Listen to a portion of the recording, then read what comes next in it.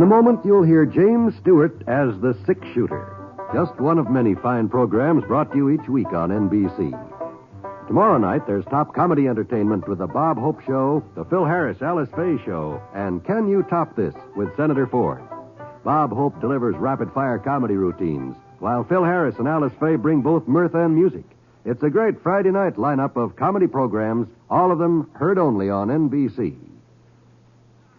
James Stewart as the six-shooter.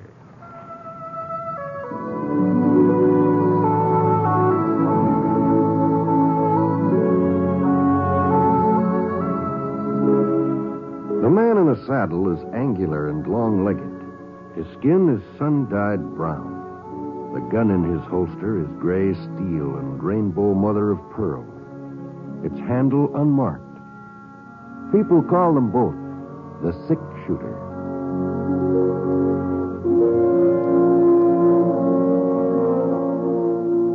The NBC Radio Network presents James Stewart as the six-shooter, a transcribed series of radio dramas based on the life of Britt Ponsett, the Texas plainsman who wandered through the Western Territories, leaving behind a trail of still-remembered legends.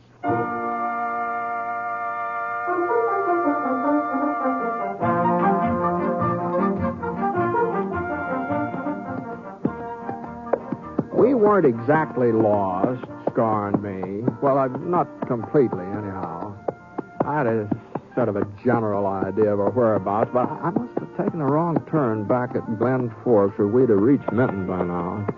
The trouble was I'd never covered the southern part of the state before, and so for the last half hour I sort of kept my eyes peeled for a ranch where I could get my bearings. Hadn't spotted any signs of civilization, though.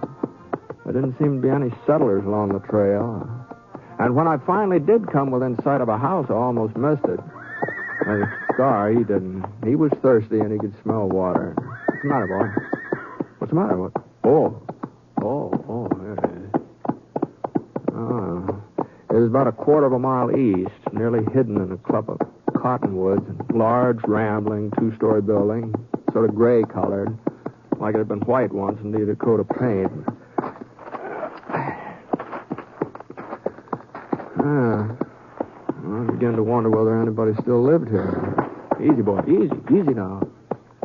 The steps leading up to the porch were cracked and broken, and a hole in the side window was stuffed with newspaper to keep the wind out. Hello? Anybody home? Who is it? What do you want? Well, just some directions, ma'am. I'm looking for a trail to Minton. Oh, just a minute. Trail to Minton, you said? Yes, ma'am. You should have turned east at Glen Forks. Oh, Trail I see. past here's the old one. It's 4 miles longer and nobody uses it anymore. I see. Well, as long as it goes to Minton anyway. 4 miles longer and nobody uses it nowadays. Yes, ma'am. Still, it'd be shorter than going all the way back to Glen Forks, wouldn't it? I guess so. Yes. Well, thanks, ma'am. Oh, ma'am. Yes? You don't have to have some extra water, do you, from a horse? There's a pump out and back. I'll show you. Oh, no need for you to trouble yourself. I'll find it. Come on, Scar. It's no trouble, Mr. Ponsett, ma'am. Britt Ponsett. Ponsett? I think I've heard my husband speak of you. Oh. You can use that bucket. Oh, here it is, thanks. We've had a dry summer. Very dry. It may take a while for it to start drawing. Sure. Britt Ponsett. Yes, I'm certain the general mentioned your name. The general? I'm Hannah Guilford. General Guilford's wife. Oh, well, I'm very pleased to meet you, Mrs. Guilford. Then you do know William. I knew him, yes, ma'am. I knew him when he was in command of Fort Clark. That was a couple of years before Fort Clark. I wasn't with him there. William thought it would be too dangerous. Indians. The general will be very pleased when I tell him to stop by. He's taking a nap now, and I'd hate to wake him. But if you're going to be in Minton, well, perhaps some other day. But I don't quite understand, ma'am. I thought that I mean... You don't believe me, do you? You're like all the others. You think he's dead.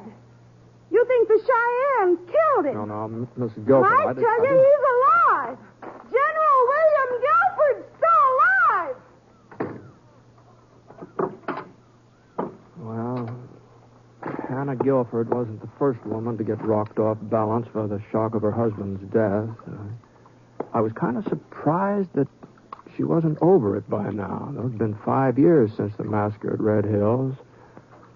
5 years since William Guilford and his cavalry regiment have been wiped out, the last man. Easy, boy. Easy. Oh, you had enough? All right, come on. Anyway, I led Scar away from the pump, and I started to climb into the saddle. Just then, the front door opened again. She looked different now, somehow.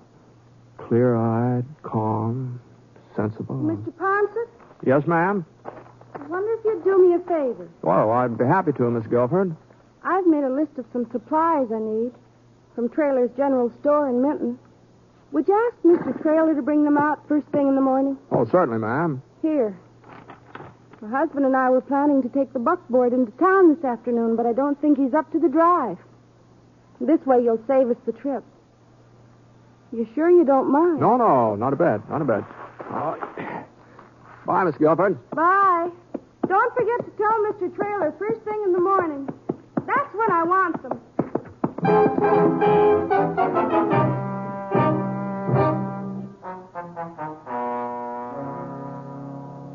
She's not getting this stuff first thing in the morning or any other time. No? I can't go on supporting Hannah Guilford for the rest of her life, Mr. Ponset. You can see that. Sure. I know the general was a hero, give his life fighting for the rest of us, but there's a limit. Feeding her ain't enough. I have to send food for him, too. Yeah, well, I'm afraid I don't understand, Mr. Traylor. Look at this here list of hers. Here, right here. 2 steaks for the general. You know how thick to cut 'em. Oh, I see.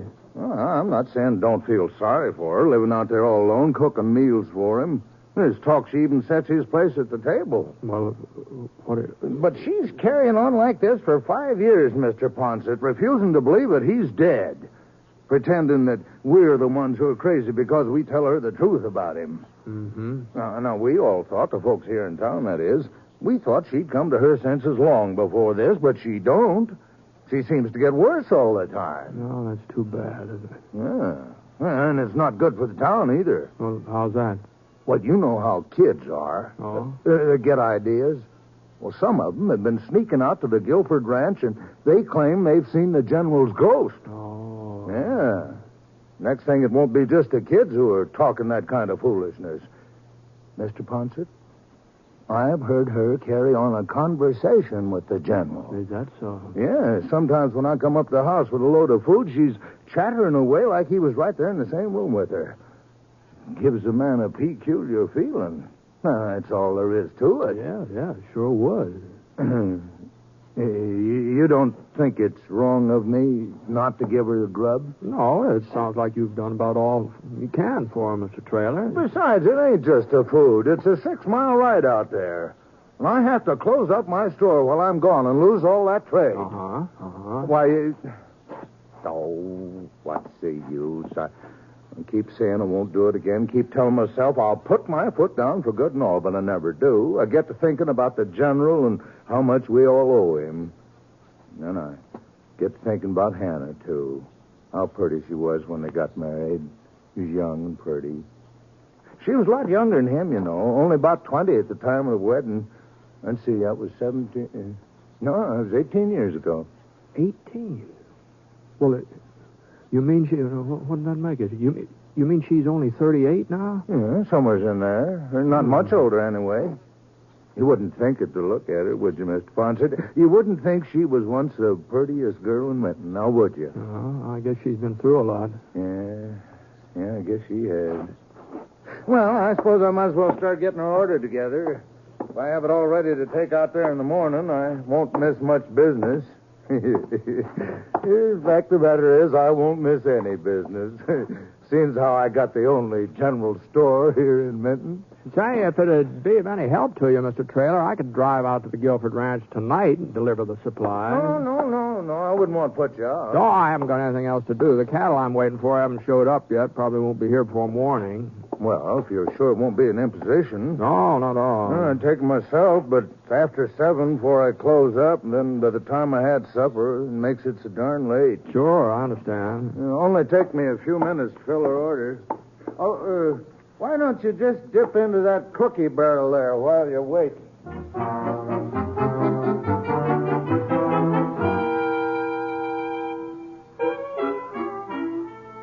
I left Scar at the livery stable, and Trailer loaded the grub for Mrs. Guilford into the buckboard, and I started off for the ranch. Come on. Get up. Come on, get up.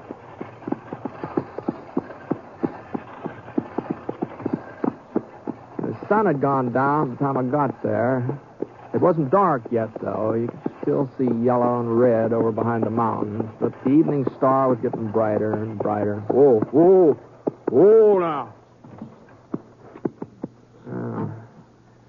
I thought she must have heard me when I drove into the yard, but the front door hadn't opened yet, so I climbed off the seat, walked up those broken steps onto the porch, and the next thing You can't live on charity forever, will you?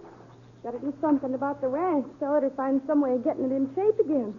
You got to have money. I figured it was one of those conversations Trailer had told me about, that Hannah was talking to herself, pretending her husband was with her. And I felt kind of peculiar, too, the way Trailer said he felt. And I raised my hand to knock, and then all of a sudden I heard something else. Something that told me I'd figured wrong. Why, it's been 5 years. Don't you think I know how long it's been? 5 years, you call it. To me, it's been 50. Well, there wasn't much doubt about who that voice belonged to, even though I hadn't heard it since Fort Clark. Hannah Guilford wasn't pretending. And she wasn't talking to herself either. She was talking to her husband.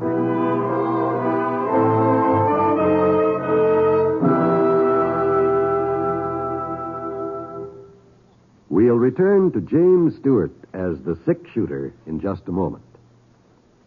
It is the busy folks, particularly, who should listen to this bit of advice from the American Cancer Society. Regular physical examinations are important in the fight against cancer. Medical science today can cure many cancers if treatment is started soon enough. In other words, to cure cancer, it has to be discovered in its early stages. Regular physical examinations are one of the best ways in the world of detecting the condition in time. Another way is by knowing cancer's 7 danger signals. If you'd like a free list of them, plus a lot of other life-saving information, write today to the American Cancer Society in care of your local postmaster. Providing information to fight cancer is part of the American Cancer Society's job. Other vital parts of its job are to provide research, education, and service to cancer patients. You can help in the fight to beat cancer. This is Cancer Control Month by proclamation of Congress. To help, please send a contribution now to Cancer in care of your local postmaster.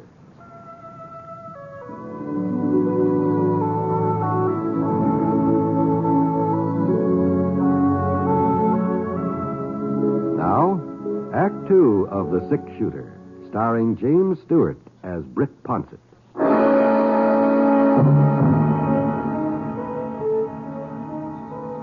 Well, for a minute or so, I just stood there in the Guilford porch listening. Like everybody else, I thought General Guilford was dead, that he'd been killed by the Cheyennes when his regiment was wiped out. Why, there was even a monument to him in the cemetery in Minton. I'd seen it that afternoon as I rode past there. You know as well as I do, Hannah, we can't sell the ranch and we can't move away. If we were foolish enough to try that, Well, whatever the explanation was, it didn't need to concern me, and I turned and started for the buckboard. Right then, one of those cracked porch steps decided to give way. God. Well, I managed to keep my balance, but I'd made enough racket to drown out half a dozen conversations. Mr. Ponson. Oh, Evening, ma'am. What do you want? Why did you come back? Well, I brought the things you ordered from town. I thought I'd save Mr. Trailer a trip. Oh, I told the General you were here this afternoon. I was just talking about you, as a matter of fact. Yes, ma'am, I know. You know. I heard you, and the General. Oh. Here, I'll help you get this stuff unloaded. Never mind. What? Don't bother with it now, Mr. Ponce. Just come into the house, please. Now, look, Mrs. Guilford, I didn't mean to be eavesdropping Doesn't here. matter. Somebody was bound to discover the truth. I thought it would happen before this. I almost hoped it would. This way, Mr. Ponce. Yes, ma'am. I followed Hannah Guilford through the front door. The General was sitting on the horsehair sofa. He hadn't aged at all since I last saw him. Funny, the years had speeded up on his wife, but they'd stopped dead still for him. And when he saw me, he got to his feet and he slipped on an army blouse. And even though the cloth had been patched and mended a dozen times, the jacket was still neatly pressed. It still looked military. Hello, Britt. General? He heard us talking, William. He heard your voice, too. I see. Why did it have to be you, Britt? Well, I don't quite understand. Anybody else? People would say it was their imagination, that they'd heard a ghost. But they'd never say that Britt Pouncett was imagining things. They'd believe you if you told them I was still alive. Oh, you never know what people are going to believe, General. What difference does it make now, William? Somebody was sure to find out sooner or later. Be quiet, Hannah. I want to think. There's nothing to think about. We have to face the truth, that's all. We? I'll stand by you. Always have, haven't I? Yes, my dear, yes. You've been very loyal. But I'm the one they'll court-martial. Not you. Not both of us. Court-martial? The Army doesn't look very favorably on desertion, Britt. Oh? It was an accident, of course. It wasn't intentional. It shouldn't have happened, I know, but my being there wouldn't have made any difference. They'd have all been killed anyway, and me along with them. I see. You weren't at the massacre then? No. I hadn't been feeling well for several days. I didn't know what it was, and the Army doctor with us hadn't been able to help me, so I was riding for Browning when it happened. Yes? If I had expected the Indians to attack, if I had had any idea there were so many of them, I would never have left my men. The scouts told us only 700 or 800. They said the Cheyennes were breaking camp, preparing to withdraw. If I had known there were so many, I would never have left. Yes, but I... How do you think I felt when that corporal caught up with me? The only man who escaped the slaughter. How do you think I felt when he told me what had happened and then died in my arms? Yes, well, maybe if he hadn't died, he'd been able to get help. I went back to them, back to my men. I saw what had happened with my own eyes. It was horrible. Mutilation. Awful. They were my responsibility, but it wasn't my fault. It wouldn't have made any difference if I had been there. But you should have explained it to the Army. I was going to. I wanted to be sure that Hannah understood first, that she was prepared for the shock when the news came out. Then by the time I got there, it was too late. Too late? They were saying I was a hero, that I had died with my men. And if I had gone to the Army, if I had told them my story, I wasn't sure they'd believe me. They might think I had deserted in the face of enemy fire. There was no one to back me up, no one. I couldn't go to the Army. It was too late. I couldn't go to them. So you just stayed on here hiding? You don't know what I've gone through. Oh, I've had my punishment worse than any court-martial could give me. Living in darkness for 5 years, never seeing another person but Hannah, never talking to anybody else. 5 years without smelling fleas or feeling rain or having a cavalry horse under me. But your wife kept claiming you were alive. You knew that, didn't you? Of course I knew it.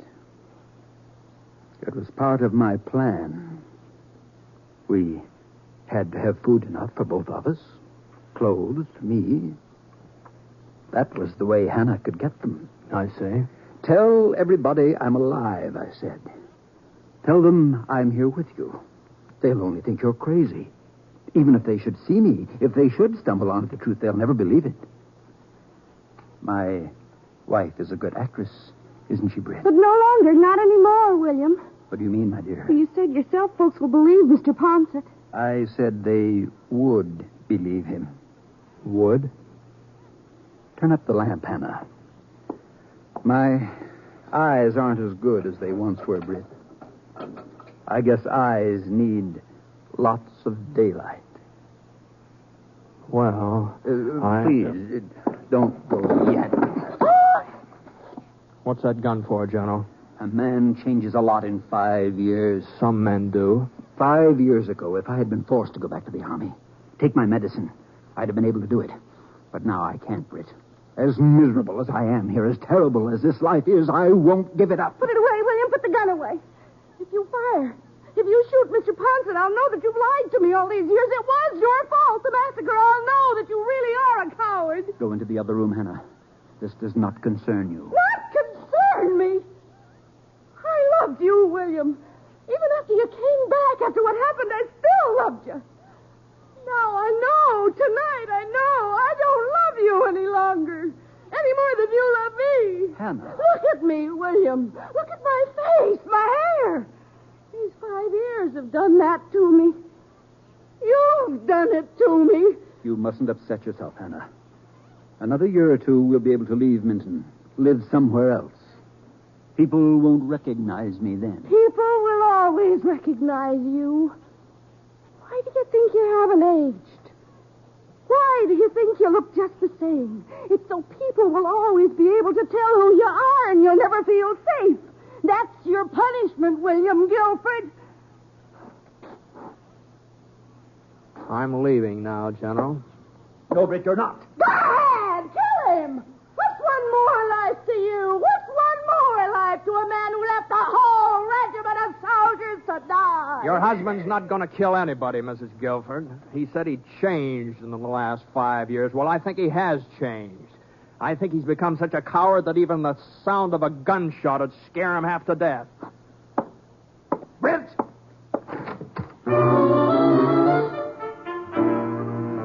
I wasn't being particularly brave walking out in the General like that.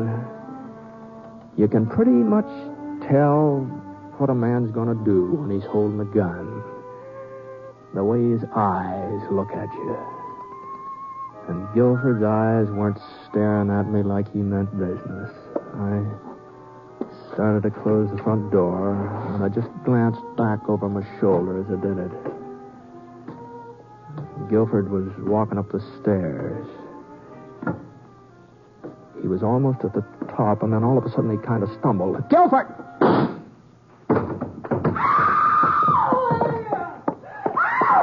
William, a doctor. Mr. Ponsett, get a doctor quick. I'm afraid it's too late for that. No, it can't be. Better let me put him on the sofa here. William.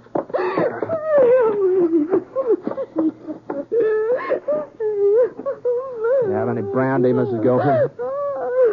Here now. Miss Guilford. Brandy? Yes, ma'am. I think so. On the sideboard. All right, I'll get it. Yes, give William some brandy and then he'll be all right. He will be all right, won't he, Mr. Ponsett? Here, drink this.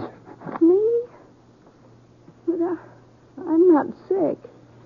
It's William who's sick. It's William who needs the brandy. The General's dead, Mrs. Guilford. No, you're wrong. That's just what people think. That's what we want them to think. But he isn't dead. He's here with me.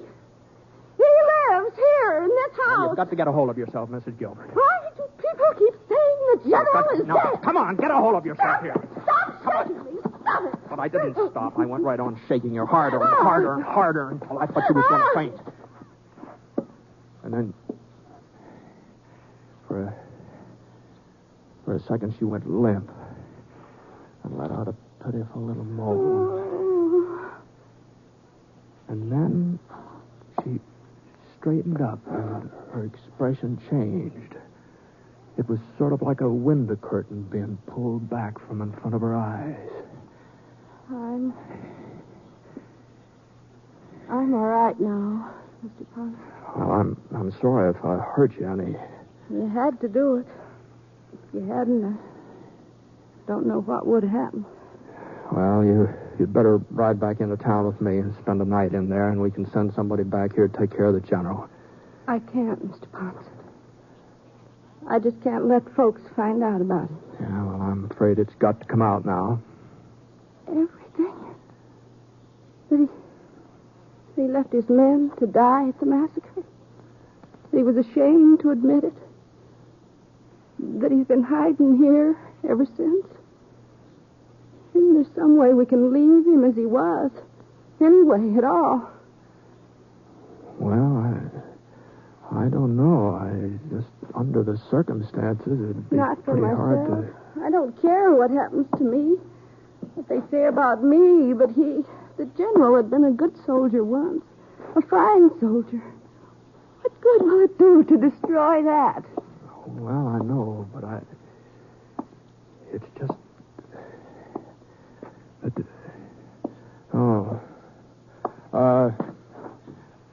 Here, you'd better be careful there, Miss Guilford. What? Well, that table with the lamp on it, you almost knocked it over there. And if the lamp should get broken, this whole place would probably go up in smoke before we could do anything about it. It wouldn't matter. The ranch doesn't mean anything to me. Not now. I could never live here again anyway. Yes, well, all the same, we have to be careful. Fire's very dangerous. Yes, it is. Fire. Now, what are you doing? Now, put that lamp down. Fire. Come on.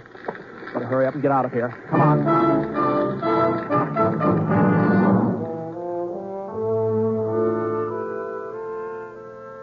Of course, they found the general's body in the ruins, but they didn't know who it was.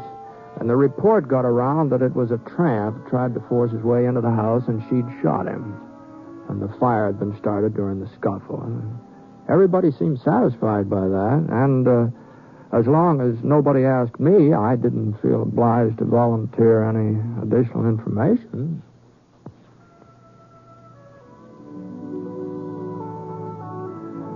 The next time I came back to Menton, by George, I could hardly recognize Hannah Guilford. She was working in Traylor's general store. And, she looked a good 8-10 years younger than she had before. There was even talk about her and Mr. Traylor getting married. Seems that after the fire, she sort of got a hold of herself, faced up to the fact that the general was dead. At least that's how Traylor explained it to me. He said that the tramp breaking in on her has done some good. He showed me the fellow's grave. It was right in the shadow of the monument to General William Guilford.